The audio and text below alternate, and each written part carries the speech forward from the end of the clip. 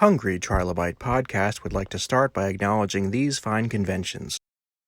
SoonerCon is Central Oklahoma's longest-running pop culture convention. The next event is scheduled for June 24th through 26, 2002 in Norman, Oklahoma. However, they need your help to put on the next event. Please visit SoonerCon.com to find out how you can help make SoonerCon 30 a reality. The Hellmouth Convention. The Hellmouth Convention is a celebration of all pop culture, but specifically things like Buffy, Angel, Firefly, and Dr. Horrible. It is held in Los Angeles, California, and the next event is scheduled for June 3rd through 5th, 2022. Proceeds benefit the Los Angeles LGBT Center as well as the Ron Glass Memorial Scholarship Fund. For more information, go to thehellmouth.org. On tap today, we have Edward Lorusso. How you doing today, good sir? I'm good. I'm thankful you're here. I'm glad to have you. We share a passion for, among other things, silent film, and that was how I discovered your work. I would say, a treasure trove of film preservation when it comes to that. Well, I think there are a lot of people who have done a lot more and have been at this for a lot longer than I have, but I've been working at it fairly steadily now since about 2014. Sure.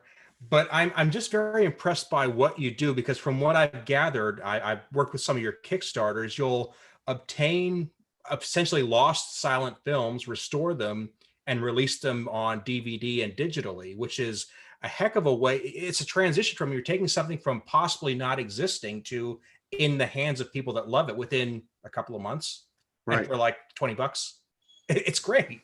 Yeah, I think it's pushing $30 now because of the postage keeps going up. But yeah, that's the plan. That's pretty much what I've been doing. And how many have you done so far?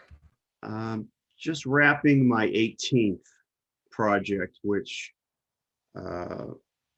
is a film called Straight as the Way from 1921, which I don't think anybody has seen since 1921.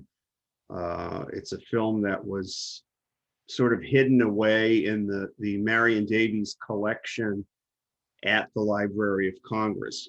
And it was in her collection because the film was originally produced by Cosmopolitan, which of course was William Randolph Hearst. So this is wrapping up the 18th one. That's remarkable. And you come across these films from that private collection.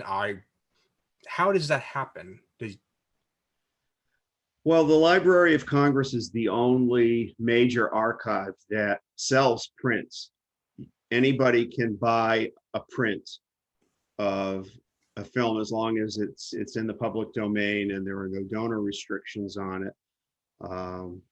And that's basically how I started. I was simply interested in seeing these films that were locked up. I think that's a term a lot of people use, in an archive, gathering dust that nobody has seen for 100 years. So I started to just buy these just for myself. And then when the light bulb went off and I discovered Kickstarter, which is a crowdfunding program that allows you to gather funds from backers up front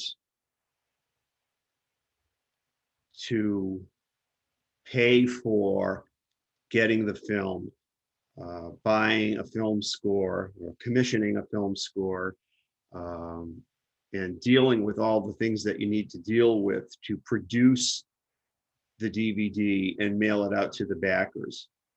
So that's how I started doing this, through Library of Congress, and working with people at the various librarians and archivists at the Library of Congress to find out what they have, because it's not always the easiest thing in the world to find out, what do you have? Is it complete? Is it in good shape? In other words, is it so riddled with decomposition that you can't even watch it anymore. So all of these things that become part of producing a film that somebody would actually want to back and watch and have for his or her collection. So that's how I started anyway. I started doing it just for myself, and then it expanded when I started utilizing Kickstarter, and that sort of broadened the whole scope of things as to the quality that I could, DVD that I could produce by going to professional disc replicators and working with and being able to hire composers like Ben Modell and David Drazen and Donald Sosin, Rodney Sauer and the Mont Alto Film Orchestra, to work on these projects and basically produce a professional product, as opposed to a little homemade thing that's basically that, which is what I started with, which suited my needs at the beginning. It was fine for what I wanted, but then it just sort of mushroomed from there. To recap, though, I just want to, I love the simplicity of this. It probably doesn't seem simple to you, but the Library of Congress exists to give people access to into records of historical value. Right. But when it comes to films, not everybody has a film projector just sitting around, so that's not really a viable answer. You're filling in that missing step of getting it from being available at the Library of Congress to in somebody's DVD player. Right. In theory, anybody can go to the Library of Congress. I mean, in pre-pandemic days, and you can book a screening of a film that they have. You can go there and watch it. Anybody can do it. But this is different in that they sell the prints, and the other large archives do not, because of the way that they're funded.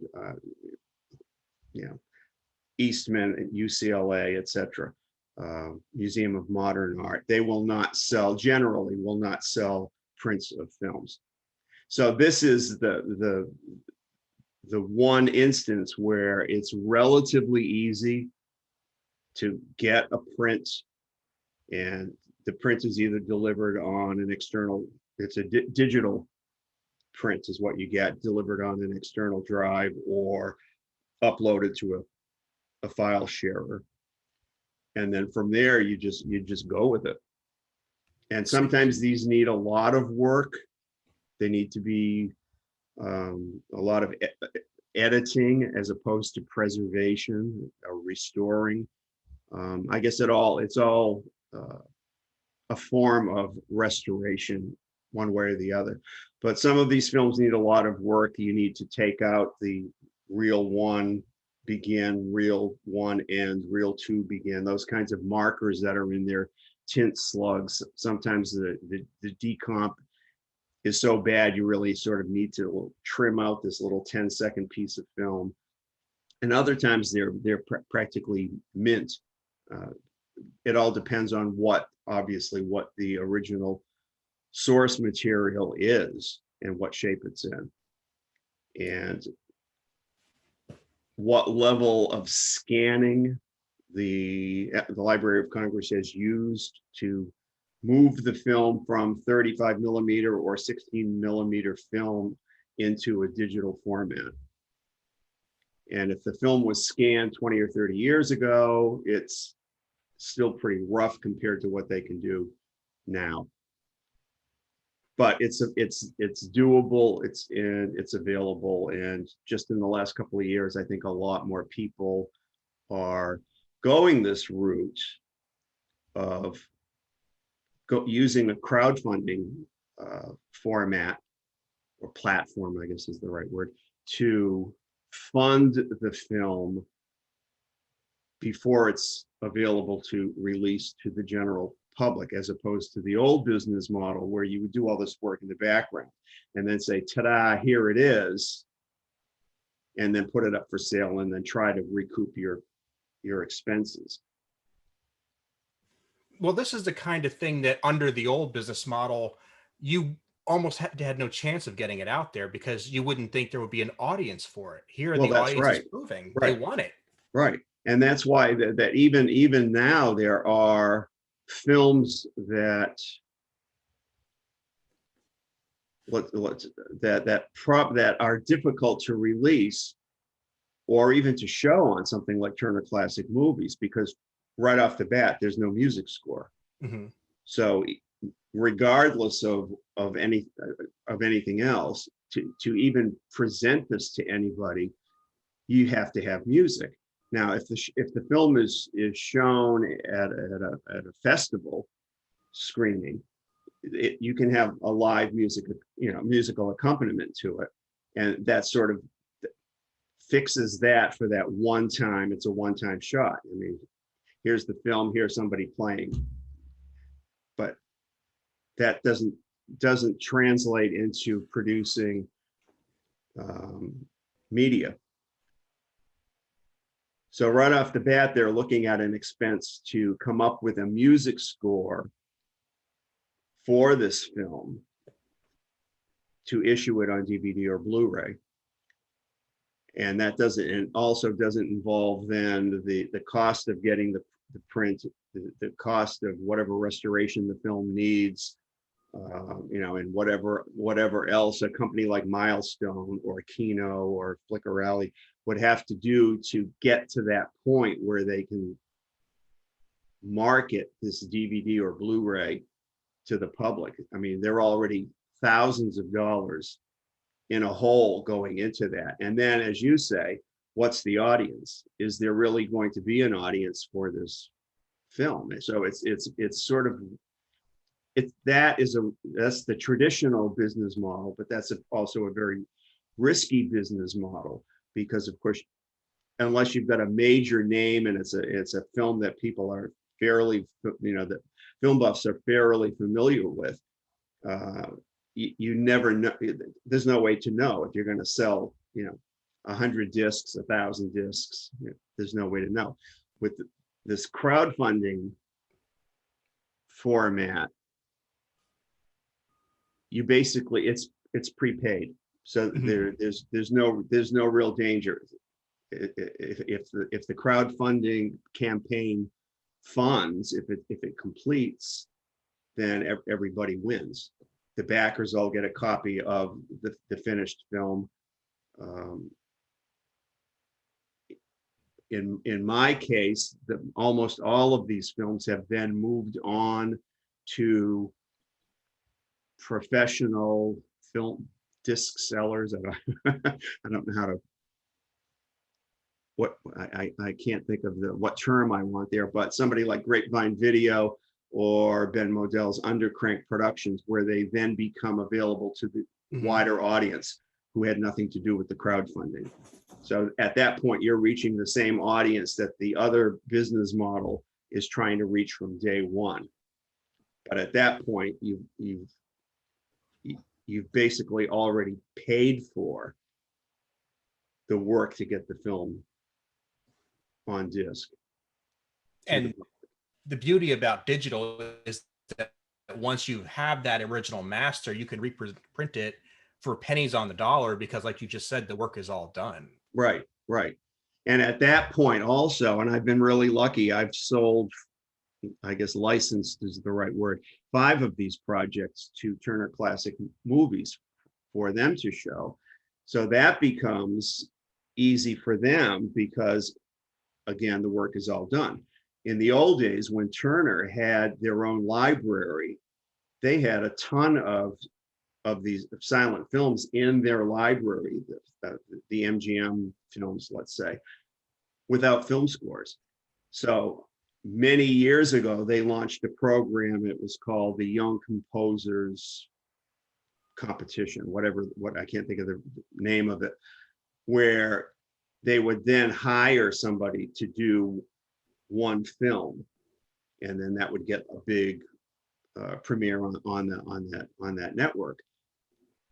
But it's too expensive for them to do. and especially for something like Turner Classic Movies, to take the film out of the vault and then hire, and it's the same process, and then hire a composer to do it just so that they can air it once.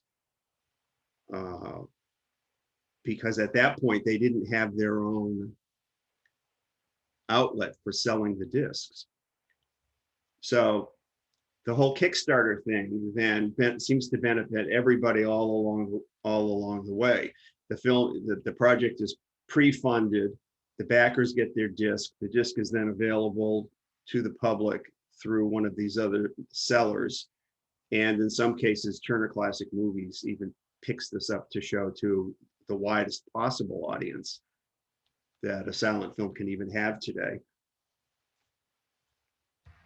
And what I love about all this is that this all happens because one person who, you don't work for a DVD firm, you don't have a media job that I know of, you just decided you wanted to make this available, you put in the elbow grease, and it happened. And that's the kind of thing that probably couldn't have happened 20, 30 years ago.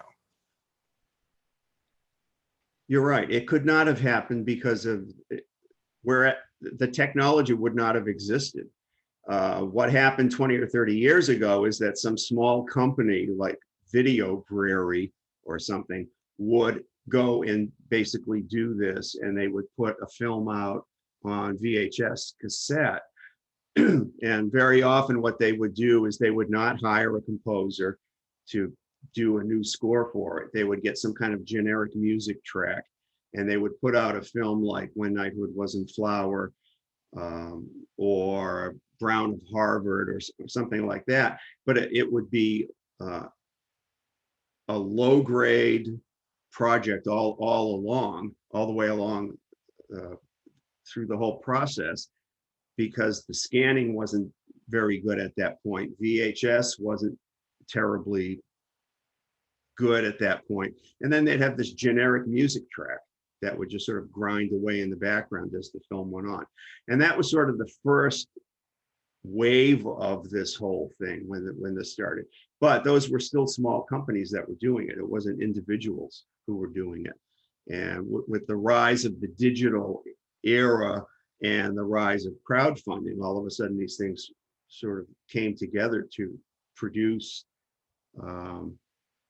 an atmosphere where if you want to do this, you can do it.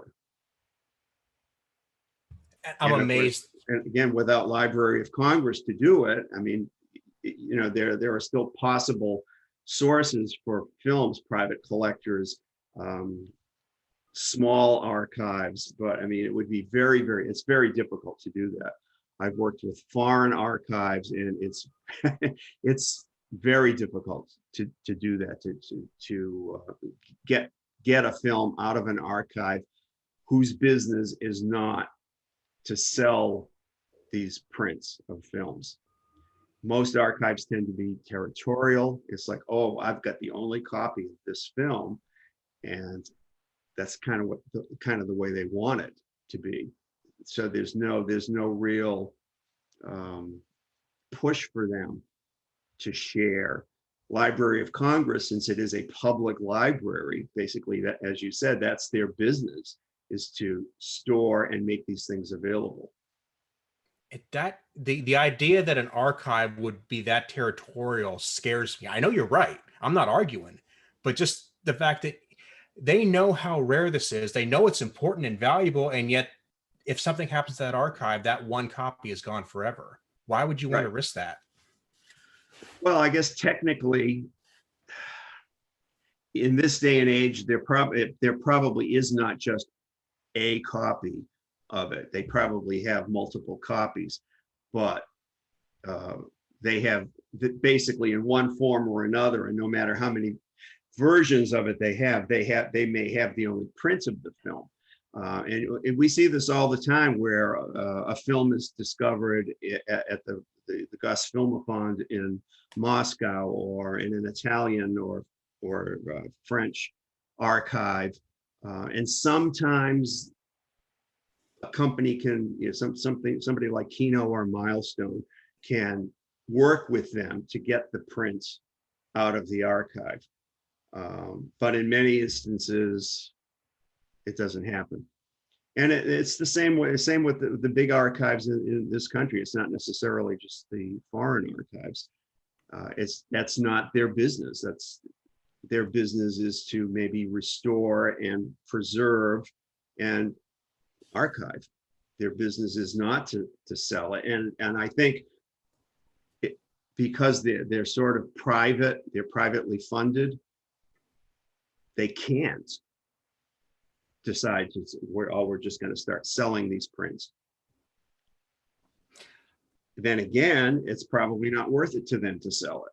You know, if you pay $1,000 for a print to something like UCLA, you know, that doesn't mean anything to them. That's a very good point, and it's something I don't consider as much as I should. You did mention a couple of times the soundtracking and scoring of these, which for somebody who's not into silent film is not an obvious point. They don't think of that because it's a silent film. They don't realize that there was an art form behind the music behind them. Right. How do you fill that gap? Well, for anybody who's tried to watch a silent film in a silent form, it's difficult, no matter what the film is. If it's a Chaplin comedy or a big dramatic film, you have to have that musical accompaniment.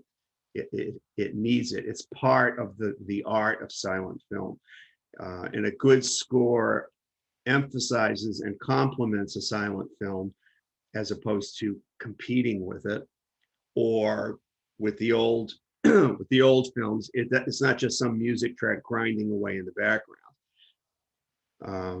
So I've been lucky enough to work with some people who really specialize in this and who understand the art form and who are able to produce a music score that brings out the best in the silent film. In other words, it doesn't drown out the silent film with, oh, look, here's my music score. It's so wonderful. Listen to this. And it's a secondary thing in the film being the primary. So anyway, I've been lucky to work with people who understand this, who are practiced in this, and who are damn good at it. So how often when you get a movie do you have any record of what the original score would have been like? Is it completely never?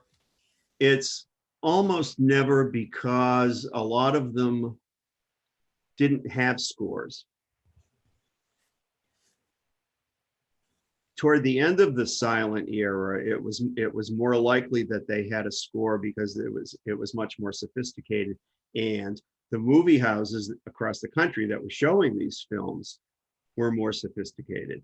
Before let's say 1927 or 28, there might have been a score written for a film, but it might have only been for the premiere of the film, or it may have only been utilized in big cities that could afford to actually have an orchestra to accompany the film.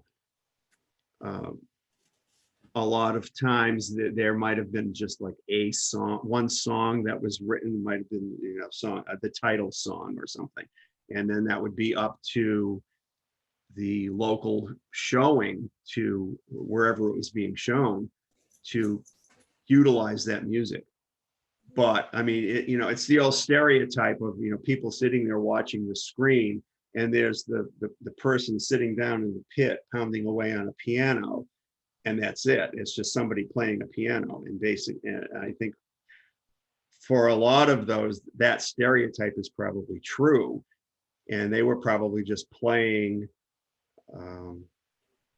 just whatever came into their heads as the film was going on, because there wasn't a score. It wasn't like, we're going to show Ben-Hur, here's the score, this is what you must play. So go ahead. So the music part of it was always sort of a tricky part, because seeing movie X in New York City would have been a completely different experience than seeing it in, you know, some small town in the Midwest, simply because of the music. The film would have been exactly the same, but the musical accompaniment could have been wildly different depending on where you saw it. So in recreating that in for today's audiences using today's media, you're in a way keeping in the spirit of the original showing, putting the spin on it that you think is best. Right, right. I've also heard that there were conflicting reports that maybe some venues would actually have people reading the text cards aloud, and that wasn't super common, but it did happen. It probably happened. I mean, I can't imagine how that would go over, but it's part of the whole situation that a silent film was never really silent. Mm-hmm. It was always something going with it. A lot of silent films, especially in the big cities, had pre-shows. They had stage shows that were sometimes tied into the theme or the story of the film. So when you went to see the silent film, you also got to see like a little vaudeville sketch I along did with not. it. That's really interesting. Um, there's the old story of you know, in the 50s, you had people like, was it William Castle, I think, who would show his schlocky horror films and put buzzers under seats, and at certain points it, you know, zap people with these electric currents and stuff. Mm-hmm. But in silent films, they did the same kind of, you know, same kinds of things. Famously, the lost film Cecilia of the Pink Roses in 1918, a Marion Davies film, and William Randolph Hearst, for the big cities, what he would do is he would fill the theater with these bowers of roses, and then so that the whole theater was filled with this rose scent. And then at the big dramatic moments, they would turn on these fans, and it would drive this rose scent into the auditorium over the audience. So there were always sort of these tricks, things to do when they were showing films that were, I guess, interactive for that time. And the music was the same thing. I mean, that's what a good music score did. I mean, you weren't playing Yankee Doodle Dandy on the piano during a big love scene. I mean, you everything came together, but there were all of these elements that came together that weren't part of the actual film. They may have, they used to issue cue sheets that might give a pianist in a small town the idea of to what song to play at this moment. But obviously the experience would still have been dependent on what actually was played, how well it was played, you know, et cetera, et cetera. So it was a much more kind of like live TV. Mm-hmm. You never really knew what you were going to get. Going to the same film twice would you'd get two different experiences.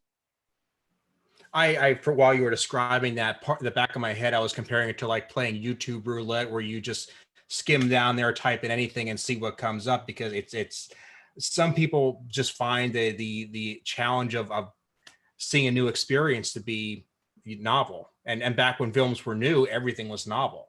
Right, right.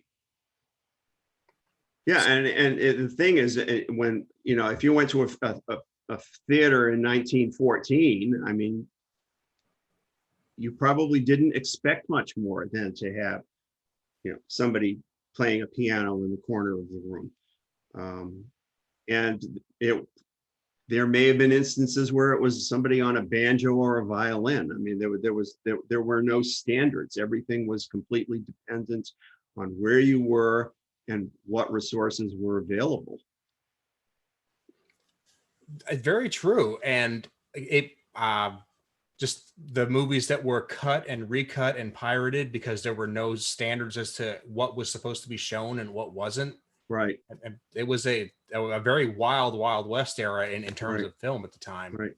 If you look at the early films of G.W. Griffith, his company, American Biograph, and he would artfully insert the initials AB in various scenes, in various locations and scenes, like on the curtains or on a wall, on a stair, something, so that somebody couldn't steal that film, because that AB was like a brand and it would be imprinted in various places in the film. And he would move it around so that you couldn't just go and crop out the top corner, as you would see a logo or something now. He would move it around specifically to protect the film so that other people couldn't pirate it. It's the piracy is with us been even that long. It's remarkable. The pirates were there at the very beginning. Which shows that it was worth something. You wouldn't pirate something that had no value. Right, right. And the thing was, as you say, in those wild days at the beginning, the audience wouldn't have known the difference. No. If the film had been produced by somebody else, and the one you were watching was a pirated version in the Nickelodeon in New York City, I mean, you would have no idea. There would be no way to know. And I mean, that was sort of an early business model. It was easier to steal someone else's film than to make your own.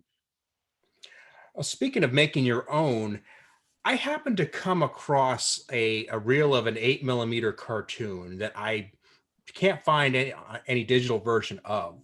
What do you think the best method would be to get it into digital? Should I get the equipment myself? Should I farm it out? What do you want to do with it? I would like to take the film and convert it into digital to be shared. And there are companies that do that.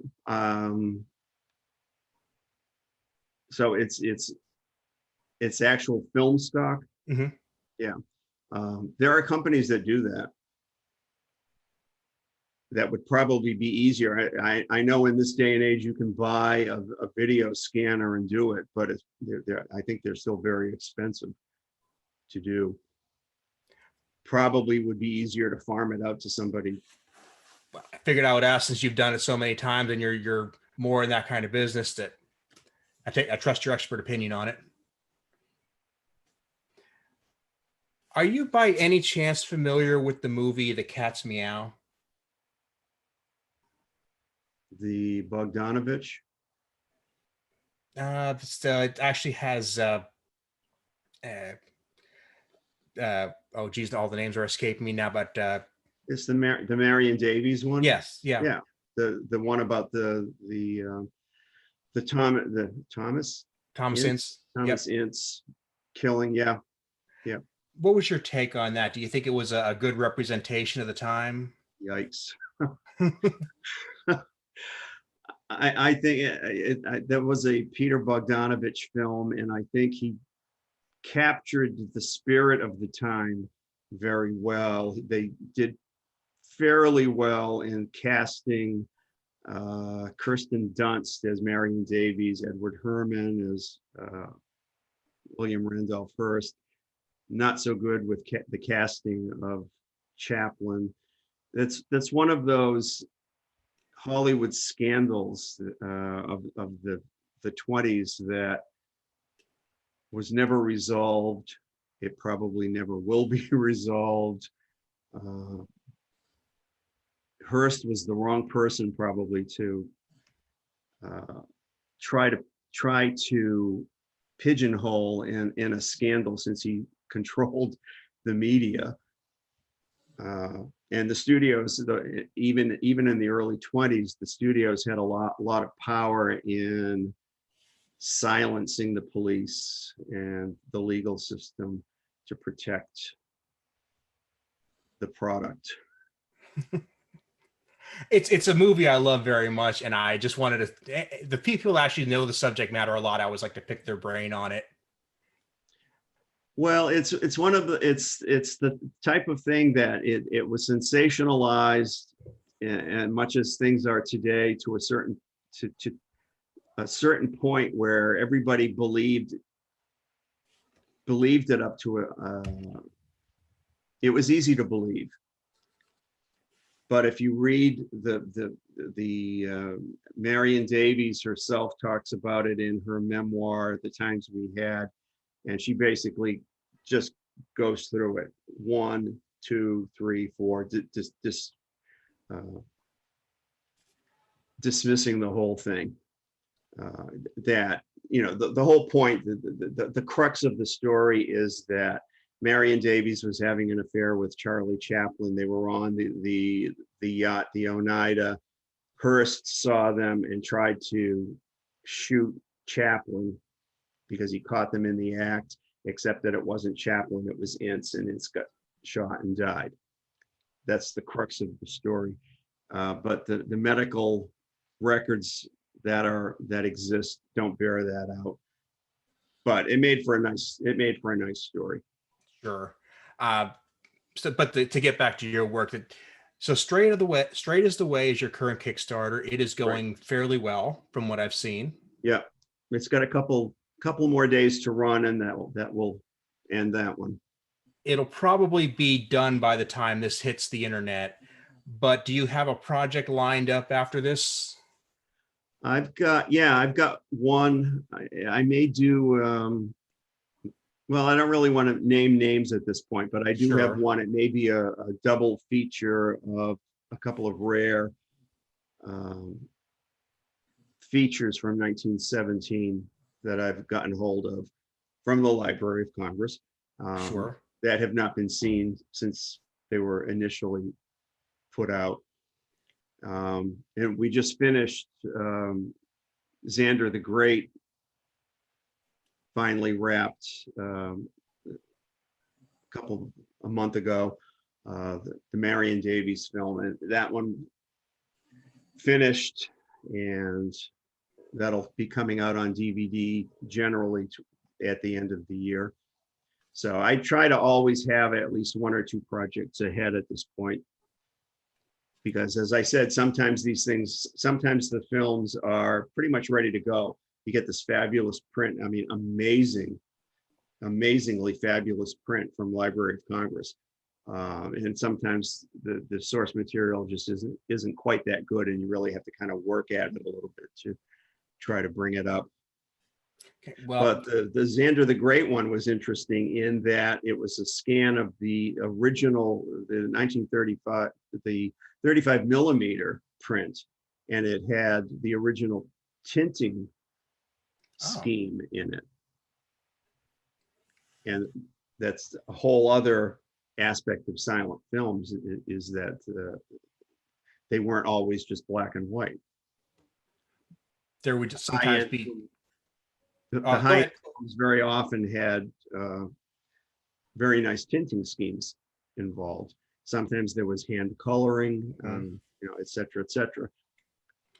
I was going to say, that was exactly what I was going to say, that sometimes they would tint them to achieve a certain effect, or they would hand color to actually create almost a painted effect, which is right. I've seen it done today and it looks gorgeous. Right. Yeah. In the film that was just released, again with Marion Davies, the Lights of Old Broadway, there were 2 sections that were hand colored. And I mean, and that's going back to the very earliest days of film, where they would take it frame by frame and paint in certain effects on the film, frame after frame after frame after frame. And there's the story there is that Edison is going to illuminate New York City with his new invention, the electric light. And there's this one scene where the lights come on, and it's the American flag, and it's hand colored in red, white, and blue. I mean, it's amazing. I can imagine when that film is 90, 100 years old or even more, that paint is the first thing to go when it comes to preservation. Right. And a lot of times when the films were preserved, even if there was originally colored, the whole film would just be preserved in black and white. I mean, that's just what they did. I mean, Sure. all they were doing at a certain point was they're just preserving it just to make sure that it's off the 35 millimeter and onto some kind of safety stock. And that's admirable. I don't want to downgrade that, because we want this stuff preserved. We want people to have access to it, because there's a wealth of stuff out there waiting to be discovered. Oh yeah, right. And we now finally have the tools to do it. I mean, for years, like we were talking about before, watching movies meant VHS, which had its own shelf of problems we don't even need to get into. And film stock was out of the hands of most people. And now it doesn't matter what something was made on originally. We can get it into the hands of the people that want it. Right. Right. Yeah. And that's great. That's one of the great things of, the digital age is that it's safe now. We're at the point now where we're not dependent on that one fragile print sitting on a shelf someplace in an archive. I mean, once these things are have hit the digital world, we probably have them, forever, whatever forever means. But I mean, they're basically saved at this point. And it's interesting that you've got some people like me primarily interested in features, but there's a whole other world of people out there who are fanatics about the 1 and 2 reel comedies that came up by by the hundreds, by the thousands, I mean, of these films.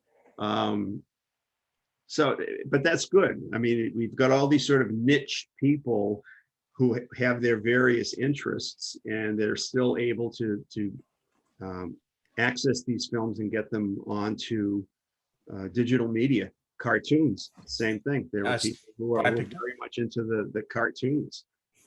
And there were a lot of cartoons done in the silent era. I confess, one of my biggest interests is in science fiction, and that wasn't a huge genre at the time, but there were examples of fantastic stories and off-ball adventures that I do love those as well when I can find them. The silent film really, it covered everything, with the exception of obviously the musical. But I mean, some people tend to think that it's either going to be a slapstick comedy or it's going to be some over-the-top gooey romance film. But basically there was everything. I mean, any genre that you can think of was covered at some point in silent film. It was basically the mentality people have today of saying, I just got a new cell phone, let's see what we can do with it. That's what they did with their cameras. Right. I mean, silent film, there was everything. I mean, they did location shooting, they did color, they did there were experiments with talkies long before Al Jolson and the Jazz Singer. I mean, everything. They were constantly innovating and trying to do new things, new kinds of shots, new angles, with doing things with cameras that people couldn't even do today. You've got a whole lot of information here, and I have neglected to mention you have a blog on this very topic where you cover a lot of this stuff. So somebody interested would definitely want to be reading that. And I'm going to make sure I put the link to that in the show notes on my website. Okay. Is there any, you have a social media pages as well people can follow your restoration efforts? No.